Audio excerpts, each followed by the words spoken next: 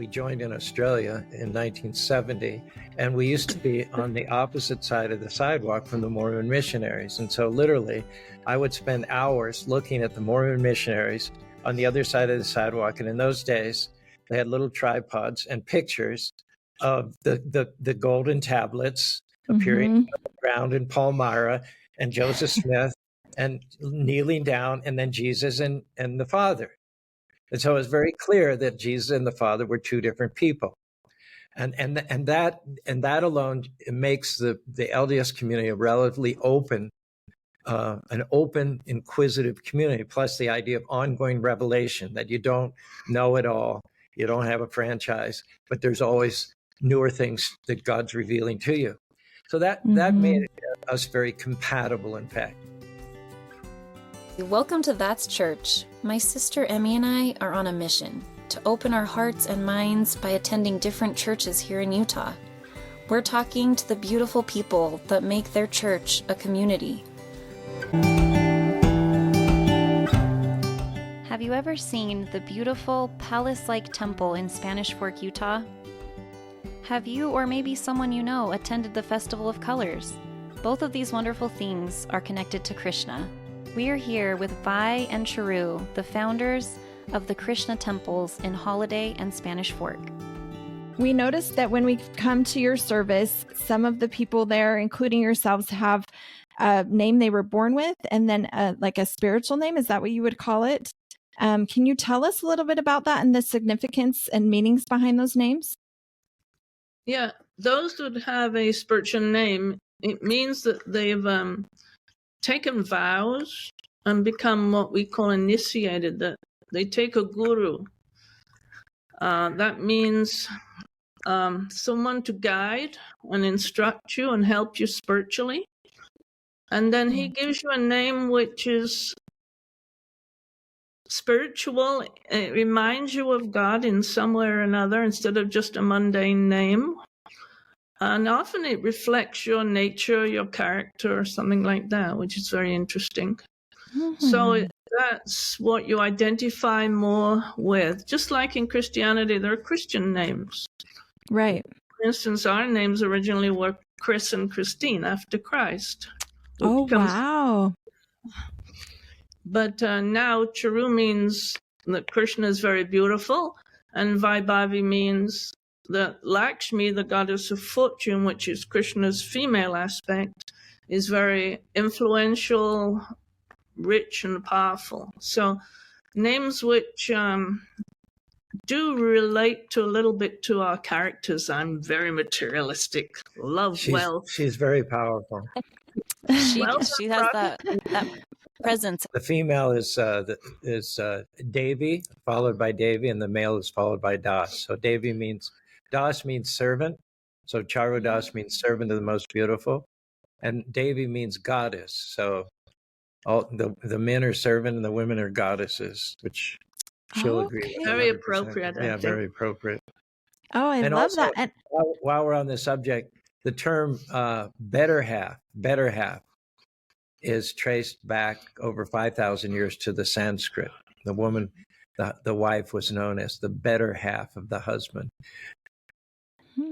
Oh, I like that. I'm so glad you explained. She loved it. Oh. Now, two temples, multi-million-dollar temples built from the ground up, radio station, largest color festival. And it's just because of the way we work together, the chemistry. And the fact that we serve side by side. You know, we live in an I society, iPhone, iPads, marriage. You know, I'll stay in the marriage as long as you satisfy my senses. And if you stop satisfying my senses, then I'll find some other partner. But the I-centered projects, marriages, institutions, relationships are doomed, because it's not about me, it's about God. And so the most fruitful, productive, long-lasting marriages are going to be those of a threesome, the husband, the wife, and God. And when you serve shoulder to shoulder, side by side, with God in the center, it's going to last a long time. It's a formula for endurance.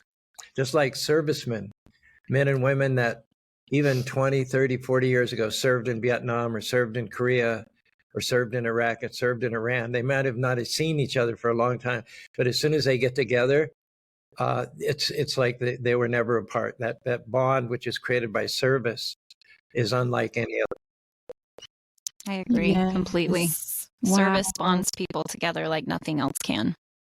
Exactly. I agree. You mentioned the woman influences a man to expand. So if it's a materialistic relationship, she'll always want more and more, a bigger house, more furniture, more children, whatever. But if it's a spiritual relationship, she'll want to help him get more spiritual advancement, learn more about God. Instead of building a big house for himself, build a beautiful temple for God. So it's the nature of the woman is to help the man expand, but expand spiritually is better than to expand materially. And it was so apparent in watching the way that you two work in the Krishna Temple together that you guys both lift each other up in different ways and complement each other so well. You mentioned the Festival of Colors, and like many Utahns, I have attended the Festival of Colors, which was so much fun. It was such a messy, entertaining, and kind of wild form of worship that I never experienced before. And so it was a very freeing experience for me. I would love to learn more about the significance behind the festival itself. And then we'd also love to hear a little bit about how you together established the temples in Spanish Fork and Holiday, Utah. We didn't come here to build a temple. We came here to man a radio station. We never dreamed that we'd be able to build one, what to speak of two temples. What started as a simple drawing later turned into a beautiful temple. Let's listen in. I am an artist, and my tendency is to create beautiful things. I can't stop myself from doing that. We built a log house on the property, and then people started visiting and coming, and we started having programs here. The 5 acres the station was on, the radio station, there was an adjacent 10 acres, and it was left unpurchased. It was owned by the Catholic Church, and nobody could really afford it. The price was high, they wouldn't finance it. So we thought, well, when we got a little funds, we thought, let's get an extra couple of acres and add it to the 5 that we had. So Caru went in to the office, and the man, at that very time, the lady who was managing the properties had retired suddenly, and a new young man was there, and he said, just make me an offer and I'll finance it. And so from a very high price, it became a very reasonable price, and he was helping us finance it. So we brought the whole 10 acres. And at that moment, Caru said it cannot be used for anything except spiritual activities, festivals, temples. And all the neighbors came and wanted to buy some of it, but we said no. In the future, we'll build a temple here. And so they asked me to do a drawing.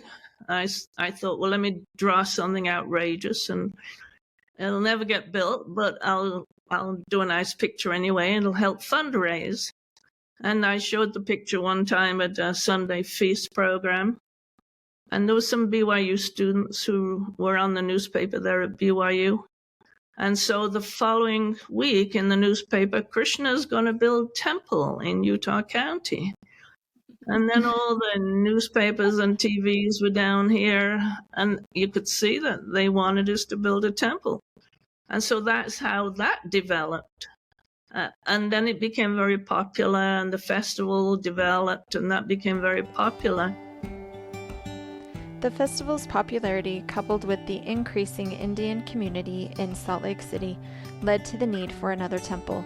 With raised funds and contributions like the $25,000 contribution from the Church of Jesus Christ of Latter-day Saints on the Spanish Fork Temple, Caru located and purchased an amazing 4-acre property right in the Mill Creek area, and construction began on a beautiful new temple.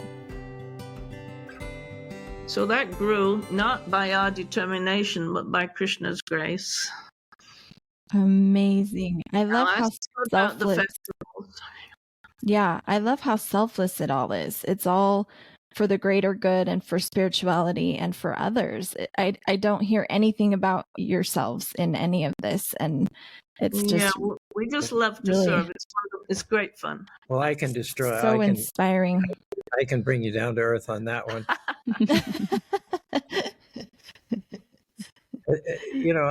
Sometimes I wonder, because I love to communicate. I love public speaking.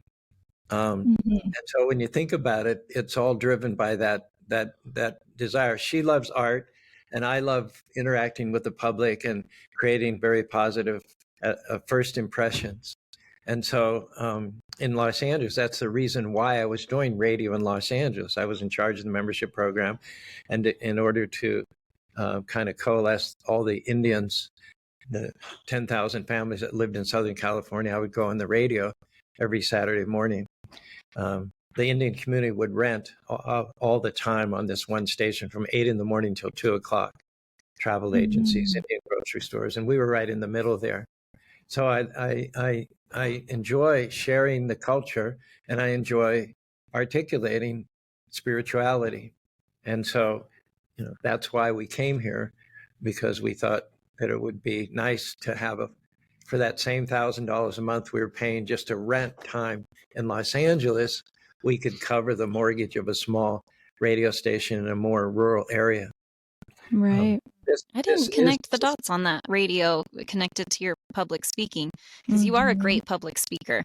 We've really enjoyed our visits and watching you teach. Yeah, and then the number one fear that people have is public speaking. And the number two fear they have is death. I don't have any fear of public speaking. The bigger the audience, the slower my pulse rate is, the clearer my thinking is. So I told my friend, I said, I don't think I'll have much trouble dying, because I've already mastered what is a greater fear. So true. That's amazing. But the secret here, what he's saying here, you have to understand, is whatever skills you have, whatever talents you have, use them for God. Yes. I could become a famous artist. He could be a famous, TV or radio personality, for money, for influence, for power, prestige. But when you do it in relationship with God, it's a different kind of experience. It's a very deep pleasure.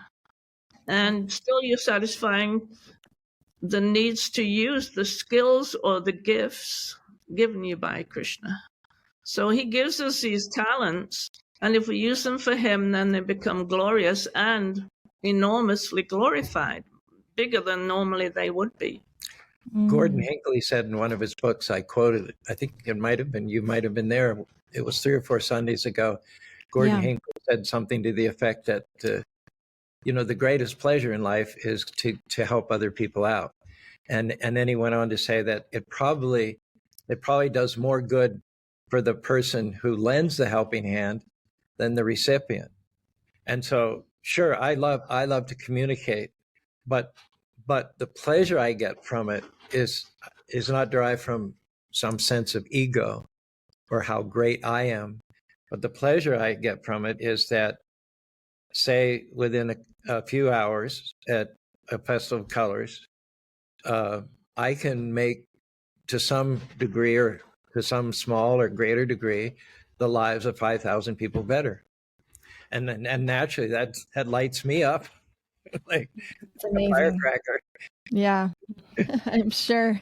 And you just want to do more and more and more, and you bigger programs, more radio stations, more festivals, more tours. I'm already thinking, okay, what are my talents and how can I use them for something good? You're just very motivating and inspiring. And I think a lot of people will relate to your story so much. And festival. Essentially, it's getting as many people together as possible to share, the values and the practices of Krishna consciousness. It was originally celebrated by Krishna, whom we regard as the Supreme Personality of Godhead, when he appeared on the planet 5,000 years ago. It was a way of enriching his loving reciprocal relationships with his devotees. And it does that. It brings people together. Mhm. It helps them celebrate community. And Krishna, or God, is all about the community of everybody living together harmoniously and happily as brothers and sisters, recognizing the common Father. So Krishna observed it, and it has a religious origin. In 1995, we had our first holy festival, and I took what was basically an ethnic seasonal festival, and I tweaked it in three ways. One is, instead of being diffused all over in the highways and byways, people doing color every place, we gathered people together like you would for a concert, a mass gathering. The second thing we did was we introduced, there's Indian music, there's Bollywood, because everybody loves that. But there's also ska, there's reggae, there's hip hop, there's dub, the kind of music that a Western audience would enjoy, and the younger generation of Indians enjoy also. So that was the second innovation. And then the third was the throw. As far as I know, no one had ever done a throw in India, which is at the top of the hour, you get everybody counting down 10, 9, 8, 7, 6, 5, 4, 3, 2, 1, and then throwing the colors up as high and as far away from them as they can. So those are the three tweaks that we made, and they struck. They took, became viral.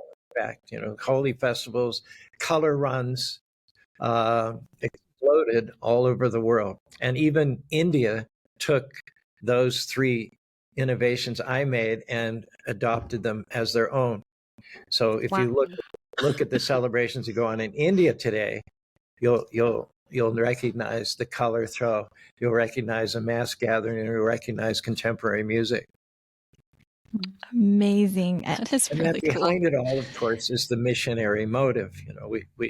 We want people to come, and although the music differs, the lyrics are all basic Sanskrit names of God. Krishna, Govinda, Ram, Madhusudan. It's interesting because for 2 years, we had we had invited an artist named Mickey Pauker, and he's very Jewish. He's a New Age Jewish singer, and he chants the names of God from the Old Testament, the Jewish names of God. And so when I would announce him on stage, I would say to the crowd, tongue in cheek, that if you have it on your bucket list to go to the Hare Krishna temple and chant Jewish names of God, you can now cross that off. That's another thing I was going to mention before you even mentioned the Jewish community.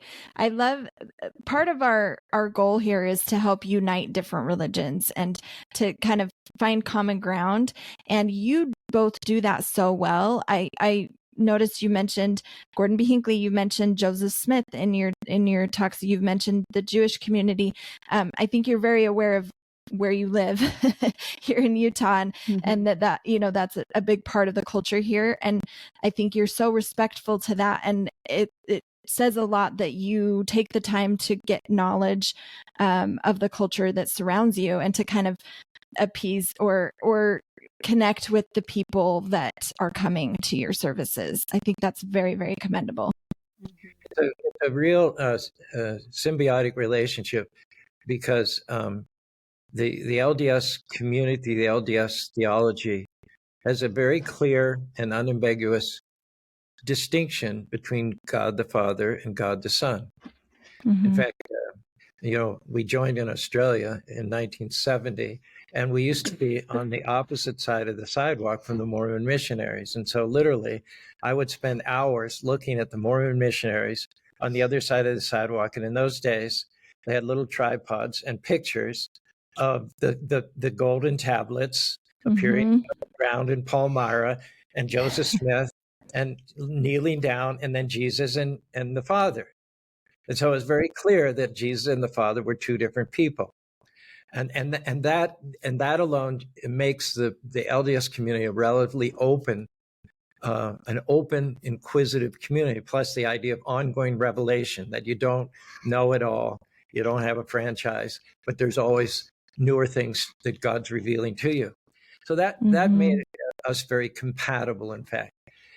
We don't have that problem with the LDS community, nor do we have that problem with the more open-minded members of the Christian community.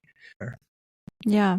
Interesting. So interesting. So I think interesting. something that's helped me on my own spiritual journey is just opening my mind up to possibilities. And I've come to realize that in stepping out of the black and white kind of realm of spirituality, I actually feel more secure in the mystery of it all.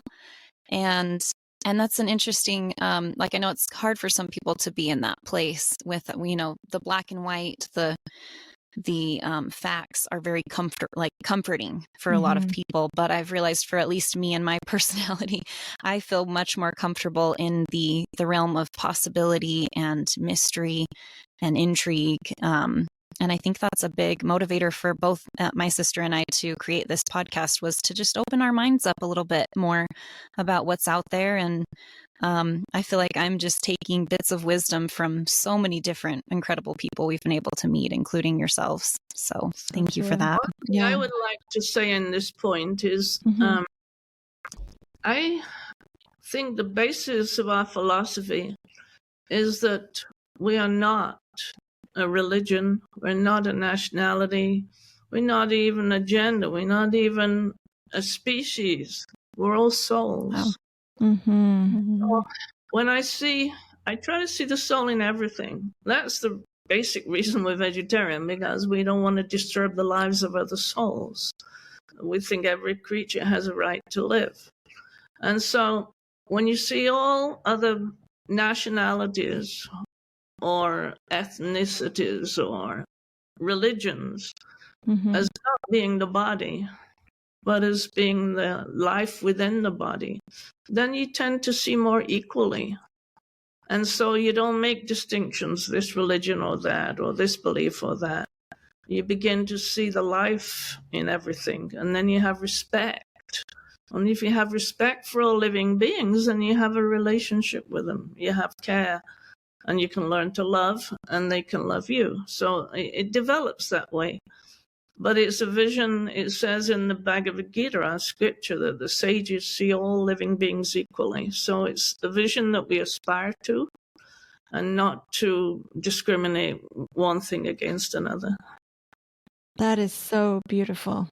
And you're talking about mystery and wonder. You can find mystery and wonder in every living entity. Every living entity. We sat here the other night with the volunteers, and we watched a 90-minute movie about a little octopus. Have you seen that movie? No. Yeah. I think I might have. What's it called? Some Sweet Octopus or something like that. It's a classic. Okay. It's a classic movie. And the guy off the coast of England would do diving, and he got to know this octopus. Yes, I watched this with my daughters. Yes, I remember this. This little octopus, maybe 9 inches long. And it just left you wanting to know more about her. It really just touched the surface of her personality. Every the mystery is in every soul, every life. And nobody has the right to see another living being just as a few mouthfuls of flesh. Nobody has a right to cut another wonderful, miraculous, mystical, divine life short just to satisfy, just so that their, taste buds can be stimulated for 30 seconds. When we have so many nonviolent options ahead of us. Yeah, so you don't have to go far to look for mystery, Just look at a bee, look at an ant, look at a butterfly, and every one of them has a multifaceted, deep, sensitive personality.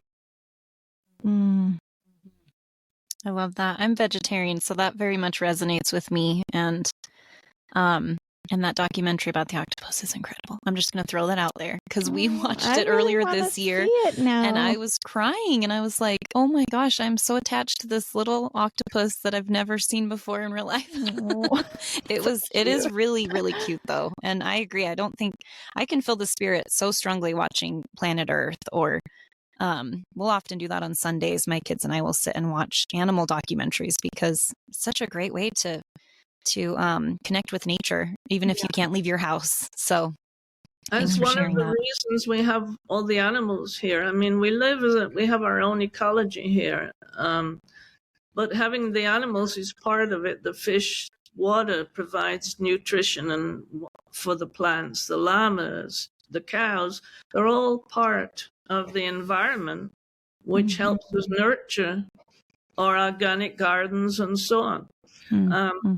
But with all the tours that we have, the children become so enlivened and get to know the personality of the llamas and the parrots and the peacocks. And then they have a different view.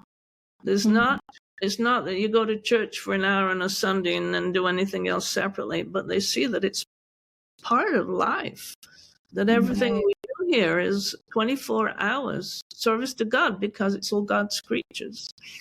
And they actually begin to think twice about how they treat the earth or how they treat the animals, just by being in a place where we are living in harmony with nature. Such a beautiful and devoted life you've created for yourselves, and I shouldn't say for yourselves, but for others. It's really amazing. And I want to come back to a little bit more about some of the other things you believe in addition to vegetarianism, but we also want to know, I heard the last time we were there, I was sitting between two parties and I was listening. I was kind of going in between both conversations and I just sat and listened to both, and I'd chime into one and then the other. And one of the conversations, you were talking to this cute couple, and Caru came up, Vi was talking to them. Caru came up behind them and told them the story of your meeting. And it was so charming. I just was in heaven. I just loved hearing it. And so would you mind sharing that with us? Ashley hasn't heard it. She's excited. I haven't. I'm excited to hear this. She told me about it and she's like, I'll let them tell you. Yeah. It was your story. Caru, you have to tell it because it was so charming for me, coming from you.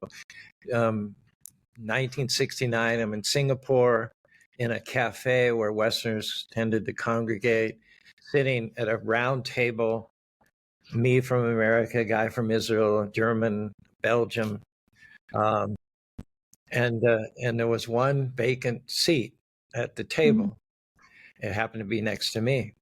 And I was situated in such a way I could see the doorway. Lo and behold, the threshold was framed by this gorgeous, gorgeous girl. And as she stood there, she paused and looked around the room for a seat. And reflexively, I just jumped up with panache and pulled out the chair right next to myself. And she sat down and we got to talking. She also wanted to go to Australia, and she had this crazy idea to hitch a ride on a ship. And she knew she'd done her homework, and she knew that there was a club nearby in Singapore that hosted ship's captains. But she didn't want to go alone, and so she asked me to chaperone her. And in those days, they didn't have the security concerns, so we just walked right in, and we met the first person we met. We asked, "Are there any ship's captains going to Australia?" And they said, "Yeah, there's this Norwegian fellow. They're leaving in a couple of days." So we went up and we talked to him, and he agreed right away. He agreed to sign her on as an assistant purser, an unpaid position. I left the next day, and she was to leave 3 or 4 days. And I hadn't even gotten her last name. All I knew was Christine. And I'm on my way to Indonesia, where I was going to spend 5 or 6 weeks in Jakarta and Portuguese Timor and Bali. And the whole time I'm kicking myself, like, what an idiot. You know, you such a nice girl, very talented, beautiful together, and you didn't even get her last name, just in the interest of being cool or something. And I'm thinking, you're a first class idiot. Anyway, I spent all this time in Indonesia, and then I came into Darwin. Now, Darwin, in those days, you didn't stay in Darwin. You just went through Darwin on your way to Cairns or Townsville. So I was just going from the airport to the bus station, and I hear this, "Hello there," and there she No was. way. She had just gotten there, put 6 weeks on the boat or something. I don't know what it was, but she had just gotten there the day before, and I thought, okay, you were an idiot once, but now's your second chance. Don't be an idiot. And so we've been together now for we got married about a year and a half later. So we've been married for 54 years, and we've been together for 55 years. Wow. Congratulations. That is amazing. You really have had such an adventure on your journey of life. And I've heard a few different stories. I didn't hear the end of that actually before. So that was so fun to hear. Oh, I love it. From my point of view, I see that it was all Krishna's plan. I took several weeks because of the way the boat was going. And it came to what was some sort of workplace in the middle of the jungle. The system was, it was all men. And when I came in, they said, "You are out of here right now. There's a plane going to Darwin this afternoon, and a little two-seater plane, and you're getting on it." And what they do, the men come up and they work for 3 months or 6 months. And they wanted me out of there that day. So they stuck me on a plane to Darwin, which is the last place I wanted to go to. So there I am, sitting in the cafe, grinding my teeth in fury. And he walks up and I say, "Hello, would you like to hitchhike to Cairns?" So it's 1,000 miles down, 1,000 miles across, and 1,000 miles back up again. So it was all Krishna's plan. Wow. So meant to be. So meant to be. Tell this part of it, but it's really strange. I had no interest really in marriage. I was not a homey person. Wow. But when he pulled out the chair in that cafe, it flicked in my mind, this man would make a very nice husband because he was such a gentleman. Wow, that quickly. Wow. That's all it took. Synchronicity, I guess. But I think it was meant to be that, it was the two of you. Yeah, very serendipitous. That is amazing. Very inspired. So then we also learned that in Australia, Caru had a life-changing encounter where you were introduced to Krishna and you had come from a Christian background. Could you take us through that transformational journey? We went to Australia because we'd both been to India, which is the place of yoga, of self-realization, mysticism, and that had been our goal, to go to India. But having arrived there and spent a month or so there, I can't speak for Vi, but I ran out of money and I needed to go somewhere not too far away to get more money. And Australia was the closest and the most economic place to travel to. So quite cynically, I went to Australia, not expecting any cultural windfalls or experiences, but just very cynically, I'll just earn money. And then once I get a couple $1,000s, then I can go somewhere really interesting, like back to India or Mauritius or somewhere, and then live for a long time on that kitty as well. So I was working on a construction site and Vi was a waitress.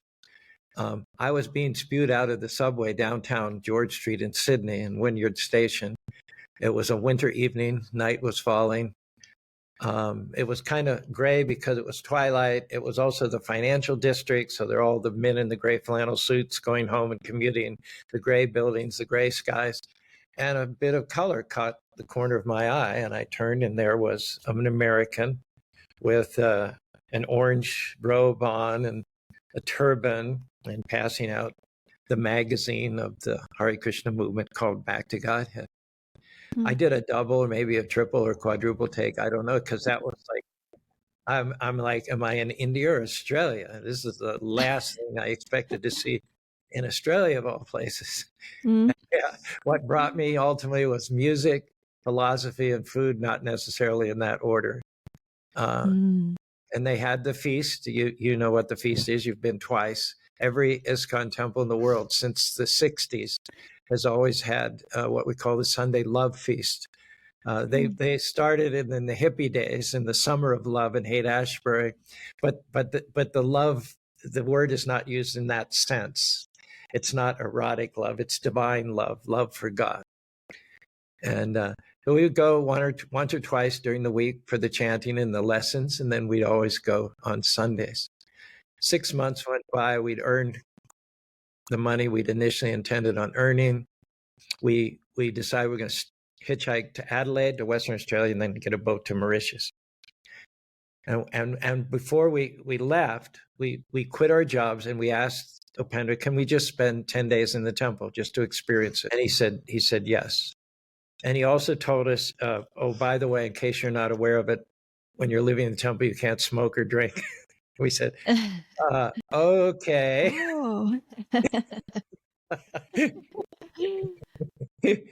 And so we experienced the temple, and then we left, and we got to Adelaide. We got, a couple days out. We were in this mining town. We'd become vegetarian in the meantime. We went into this restaurant for lunch, and this 50-year-old gum-chewing waitress asks us what we wanted, and we said, "Can we get the?" We said, first of all, do you have any vegetarian offerings? Well, that sent her into paroxysms of laughter, and after she picked herself back up the floor, she told us, no, we don't. And then we said, well, can we get the mint jelly and the mashed potatoes without the lamb? And she again told us no. She told us no. So we ordered two plates of mint jelly, mashed potatoes, and lamb. And we were sliding the lamb off onto a third plate, and we just looked at each other, and I think we had the same thought at that time. Let's just go back. Let's just go back. Wow. We'd both traveled extensively for years. We'd been to many countries, but it was just superficial, just kind of skimming the surface. Mm-hmm. And here was an opportunity to do the inner journey, to find out who we really were in a spiritual sense. And it was at that time, at that moment, it was very cathartic. We realized this is what we want to do with our life. And I thought that our traveling days are over. We're going to live a monastic life full of study and contemplation and chanting. And so we thought this is really going to be a lifestyle change. Interestingly enough, no sooner we moved in the temple than we took leadership roles. And then we found out that Prabhupada wanted every devotee to go to India at least once every 3 years, but anybody in a leadership role would go once every year. So for the next 10 years, I went to India for at least 4 to 6 weeks every year. Oh, wow. So you did keep traveling. And then once I was in charge, I couldn't wait to move us back into the city. We got a storefront in Paddington, which was the trendiest, most happening place in the city. And when we had our Sunday feast, we get like 150 people spilling out on the sidewalk. Be sure to join us next week to hear the rest of this amazing interview with Vi and Caru. And please hang on till the end of this episode to hear an incredible rap performed and written by Caru himself. We're so grateful you're here. Please follow us on That's Church Podcast on Instagram. And if you wouldn't mind leaving us a rate and review, we would be extremely grateful. Sri Krishna, your pure charisma, your flute playing is so intoxicating, singing your sound down in Vrindavan, pleasing all the devotees and enchanting the hearts of the bhakti yogis. In a trance you dance the divine romance of Rasa Lila with Radharani. In the Bhagavad Gita you teach us bhakti. Your divine pastimes are so sublime, they refresh the heart and fill the mind and give relief, just like the monsoon after the lingering heat. You lifted a mountain with your little finger. You're the sweet butter thief nose baby Gopal, the killer of Kamsa, the lover of Radha. Your complexions dark blue like the ocean. I offer my devotion with all of my emotion. Wow. Hare Krishna. The perfect way to end. Hare Krishna. Oh my